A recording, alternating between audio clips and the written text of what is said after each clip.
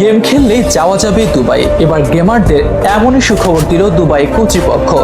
এতদিন গেমিং নিয়ে তেমন কোনো মাথা না ঘামালেও অবশেষে এর বৈশ্বিক অর্থনৈতিক গুরুত্ব বুঝতে শুরু করেছে দুবাই। আর এ কারণেই স্পেশাল ভিসা আবেদন চালু করেছে দেশটি। গেমিং যে এখন আর শুধুমাত্র বিনোদনের মধ্যে সীমাবদ্ধ নেই, এর যে আছে বিশাল এক বৈশ্বিক মার্কেট, তারই জানান দিচ্ছে দুবাইয়ের স্পেশাল এই গেমিং ভিসা।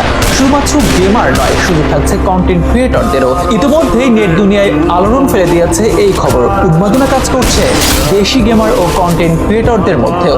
অনেকের মনে প্রশ্ন, কিভাবে করা যাবে এই ভিসার আবেদন, কারা কারা পাবেন স্পেশাল এই ভিসা, কি কি সুযোগ সুবিধা থাকছে এতে, এসবের বিস্তারিত নিয়ে থাকছে এখনকার বিশেষ আয়োজন।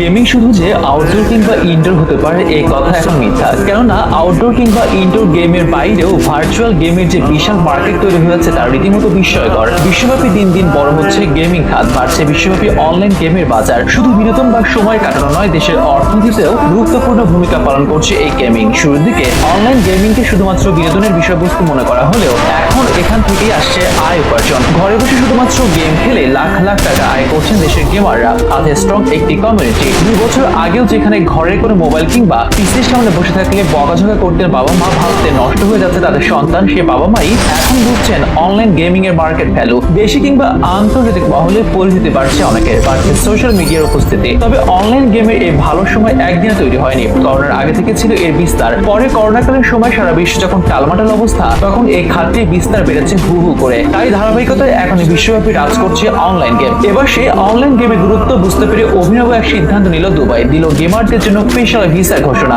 সম্প্রতি দুবাইয়ের একটি যুগান্তকারী গেমিং ভিসা উদ্যোগ চালু করেছে, যা এই শহরে গেমারদের আসতে আরো আগ্রহী করে তুলবে। সেই সাথে এটি পরিণত হবে গেমিং হাবে, যেখানে মিলন মেলা হবে সারা বিশ্বের গেমারদের। এমনই পরিকল্পনা দুবাই কর্তৃপক্ষের। এর মাধ্যমে এই খাতে বিখ্যাত কোম্পানি এবং একাডেমিক প্রতিষ্ঠানের সাথে সহযোগিতা বাড়াতে চায় তারা, যার মাধ্যমে এই শহর আর গেমিং মার্কেট দুটোরই প্রবৃদ্ধি বাড়বে বলে মত বিশ্লেষকদের। তবে শুধুমাত্র গেমারদের জন্য নয়, এটি ভিসা কন্টেন্ট ক্রিয়েটর আর সোশ্যাল মিডিয়া ইনফ্লুয়েন্সারদেরকেও দেওয়ার কথা জানিয়েছে দুবাই কর্তৃপক্ষ।